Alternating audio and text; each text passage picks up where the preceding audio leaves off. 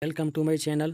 In today's video I will show you how to create a photo design using just your mobile photo and turn it into a clean eye-catching design.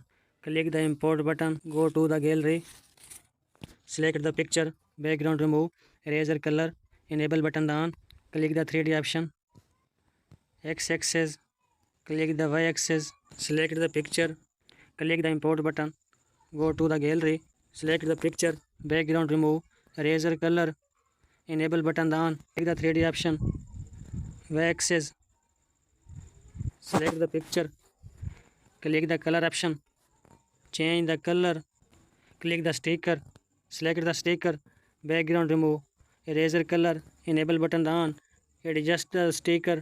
Thanks for watching and see you in the next tutorial.